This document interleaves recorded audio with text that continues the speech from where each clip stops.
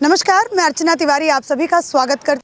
राजधर्म पर हमारी जो चुनावी यात्रा है अभी राजस्थान में है, इससे पहले एमपी में थी और इससे पहले मैंने आपको जो कॉलेज की बच्चियाँ थी मैंने उनसे बात करके बताया कि उनके बीच में क्या माहौल है। आज मैं जयपुर के ही एक विधानसभा सीट जिसका नाम है हवा महल, वहाँ पर आई हूँ और वहाँ के मैं बीजेपी के प्रत्याशी से बात करने आई हूँ।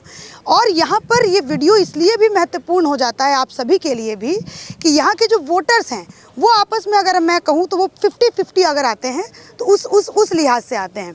शायद 1.5 लाख करीब मुस्लिम वोटर्स हैं और 1 लाख 95,000 लगभग 1 लाख मुस्लिम वोटर्स हैं और 1.5 लाख हिंदू वोटर्स हैं।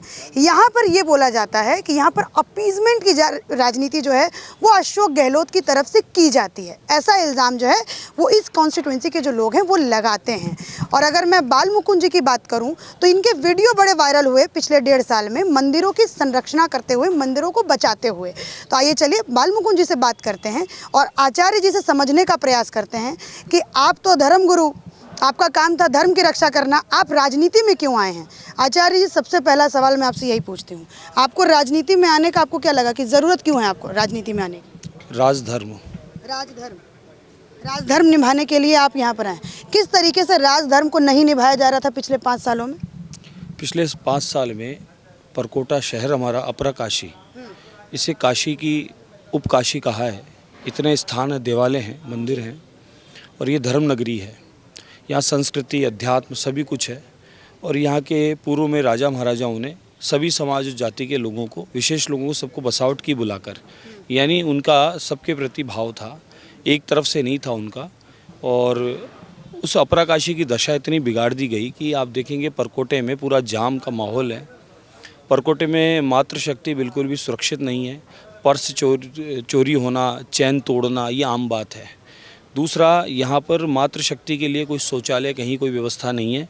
दिन भर बाज़ार में शॉपिंग करे, कहीं भी कुछ जावे तो ऐसी कोई व्यवस्था नहीं है। तो ये परकोटे में जो दुर्दशा कर दी गई थी, बिगाड़ दी गई थी, तो ये चीज़ हमेशा परकोटे के हम जो लोग निवासी हैं, पुराने समय से रहते आ रहे हैं, 300-400 साल पुरानी हमारी यहाँ पीढ़ियाँ रहती आ रही है, वो सब हम इस बात से दुखी थे। उसी बात को देखते हुए पलायन क्यों हो रहा है ये भी विचार था।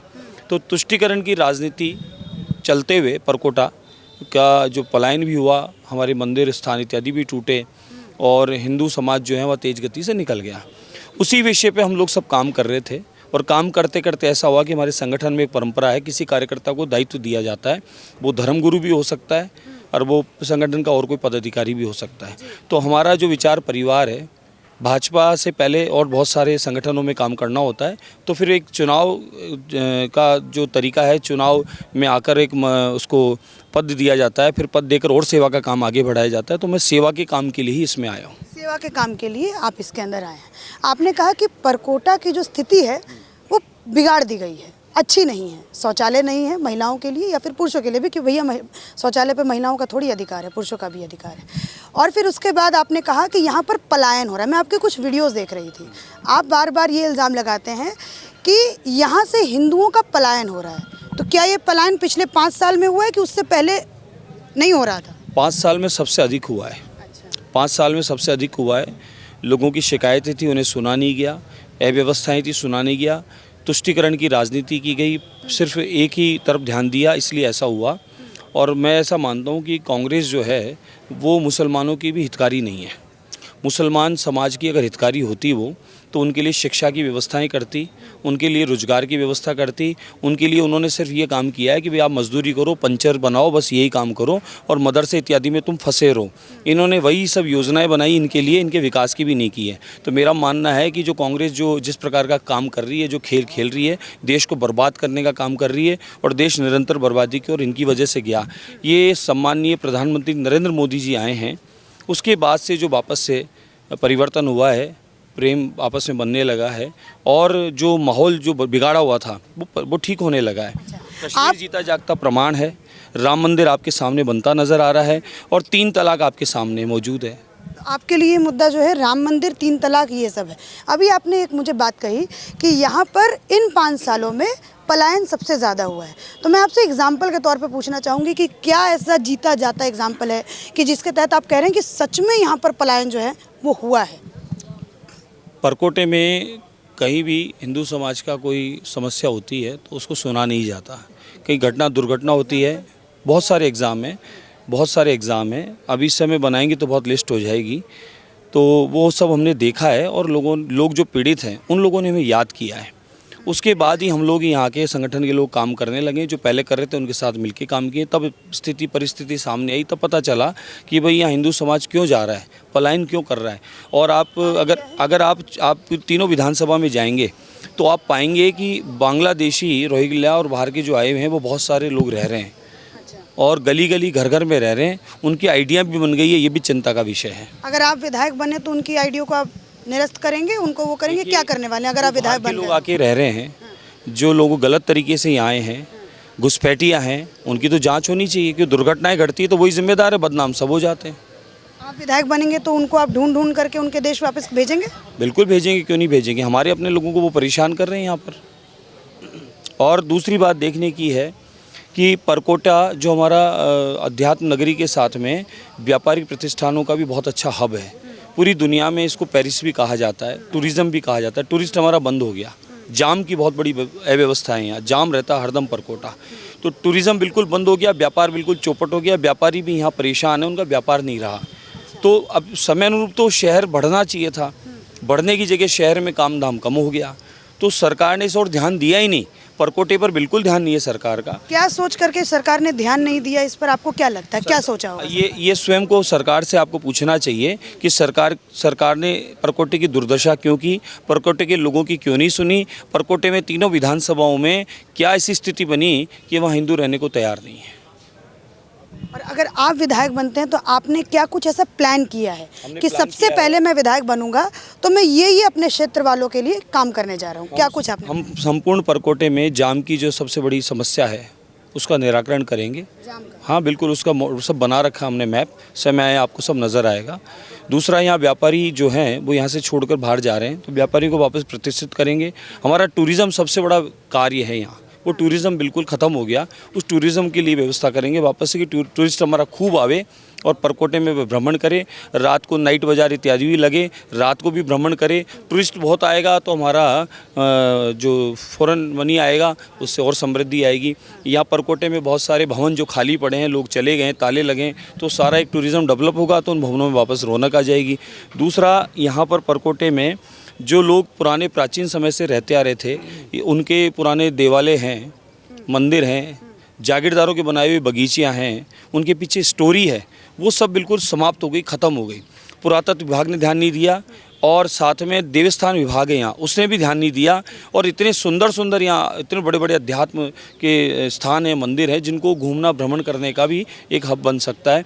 तो हम अध्यात्म टूरिज़्म भी डेवलप करना चाहते हैं, उन्हें वापस जीवित करना चाहते हैं जो हमारे पुराने स्थान हैं।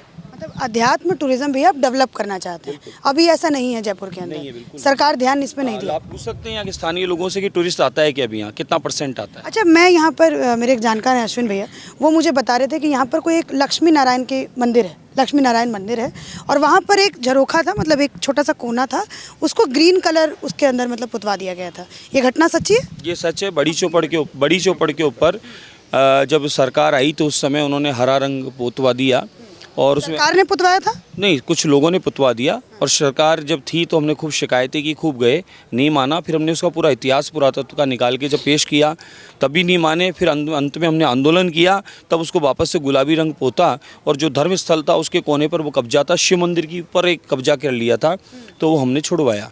ऐसे ही यहाँ एक राधा गोविंद देव जी का मंदिर है, जयपुर में बड़ा प्रसिद्ध है। उसके प्रवेश द्वार है, उसका नाम है अयोध्या पोल। उस अयोध्या पोल के आप ऊपर जाके देखेंगे तो पुराना स्थान भैरव का था। भैरव और भूमिया जी यहाँ जयपुर में बहुत मान्यता है। जो सैनिक शहीद हो जाते थे, जहाँ होते थे वहाँ उनका स्थान बना दिया जाता था। भैरव और भूमिया के रूप में भी स्थान बनते थे, तो वो स्थान था। उस स्थान के ऊपर फिर वहाँ भी ऐसा ही अतिक्रमण किया गया।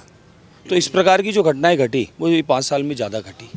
5 सालों में तो ज़्यादा घटित हुई हैं और आपका फोकस इन सब कामों को करने में ज़्यादा रहेगा? बिल्कुल है, और हम तो मोदी जी की उस बात को लेके चल रहे हैं, अभी भी बार बार वही बात कह रहे हैं। ये विषय तो हमारे हैं ही हैं, लेकिन हमारा वो विषय हमेशा रहेगा। मैंने कहा राजधर्म में कहीं भी कोई किसी एक पक्ष दो पक्ष का अलग अलग नहीं विचार किया जाता, दोनों पक्ष को बराबर समान रूप से देखा जाता है। हम एक आंख से देखने वाले नहीं, हम दोनों आंख से देखेंगे। हमारे लिए सब यहाँ के रहंदा जो है पुराने समय से जो रहते आ रहे हैं, वो सब हमारे लिए आवश्यक है। तो सबका साथ, सबका विश्वास, सबका विकास, ये हमें करना है विश्वास जीत के साथ। तो हम तो उसी कार्य को लेकर काम करेंगे। अच्छा आचार्य जी, अभी मैं जब यहाँ पर 10-15 दिन पहले यहाँ पर आई थी, उसके बाद मैं भोपाल चली गई, तो यहाँ पर मैंने देखा कि दौसा में एक पुजारी के कुछ गुंडों ने मार के उसकी इतनी बुरी हालत कर दी कि उसकी आंख जो है वो बाहर आ गई थी। अंत में वो बेचारा मौत के घाट उतर गया। और एक और मुझे घटना अश्विन भैया बता रहे थे कि एक पुजारी की मतलब लगातार यहाँ पर पुजारियों की हत्या हुई है। तो आपने इनके लिए कुछ आंदोलन वगैरह कुछ आपने किए हैं? 5 साल का रिकॉर्ड उठा के देखेंगे, जिन भैया जी ने आपको बताया उन भैया जी से पूछो कि एनालिसिस करें, 5 साल का रिकॉर्ड उठा के देखें, आपको पूरा एक लिस्ट आएगी कि कन्हैयालाल अकेले की हत्या नहीं हुई है जिहादियों के द्वारा।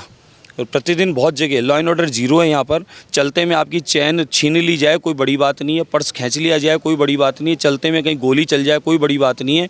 कभी यूपी में ऐसा सुना करते थे, यूपी का बहुत बुरा हाल था। हम खुद जब तीर्थ पे जाते थे 10-20 रुपये पर खुले लेके जाते थे, वहाँ हाथ देता था कोई व्यक्ति या पुलिस वाला तो 10-20 रुपये देके मैं आगे जाना पड़ता था। आज पुलिस वाला हाथ जोड़ता है, ढोक देता है, 20 रुपये कहता है महाराज जी हमारी तरफ से ले जाओ, भगवान को प्रसाद चढ़ाना। ये यूपी में आज स्थिति है। बाबा ने बाबा ने बैलेंस भी बनाया है, वो लोग भी बहुत राजी हैं, दूसरे समुदाय के लोग भी राजी हैं और उन्हें पसंद करते हैं। आगे होकर टीवी पे कहते हैं कि साहब हमें तो बहुत अच्छे बाबा जी मिले हैं। तो हम लोग तो कहीं भी भेद करते ही नहीं, भेद करने का काम इनका। ये चाहते हैं कि पंचर ही निकालें, आगे न बढ़ पाए, इनका विकास नहीं हो, ये लोग ऐसा ही चाहते हैं और ये खुद ही फंसाए रखते हैं। ये हमारे पे आरोप लगाते हैं कि हम लोग माहौल ख़राब करते हैं, हम लोग एजेंट हैं, हम खुद ही खंडित करते हैं। मैं कह रहा हूँ कि ये काम तो आप लोगों ने किया है। जब मंदिर खंडित हो रहा है या किया गया है, आपके पास शिकायत आती है, आपके पास लोग आगे होके जाते हैं, आप क्या करते हैं उनकी मदद? कोई मदद नहीं करते उनकी। तब फिर क्या होता है? अंत में मदद नहीं होती, फिर हमें आंदोलन करना पड़ता है, फिर हमारे पे आरोप लगते हैं। अब हमें राजद्रोह का केस लगाया है। राजद्रोह का केस आपके ऊपर लगा है, क्यों, क्या कारण है? वो हमने ये किया, हमने हनुमान चालीसाएँ की। एक तो ये यहाँ गलत काम कर लिया हमने हनुमान चालीसा करके, फिर हमें बाद में ध्यान आया कि अरे मुग़ल सरकार है, कराची जैसा लग रहा है माहौल, हनुमान चालीसा मत करो। ये बड़ी बात नहीं कह रहे, सरकार चुनी हुई सरकार को आप कह रहे हैं मुग़ल सरकार है, कराची जैसा माहौल है, हनुमान चालीसा नहीं कर सकते।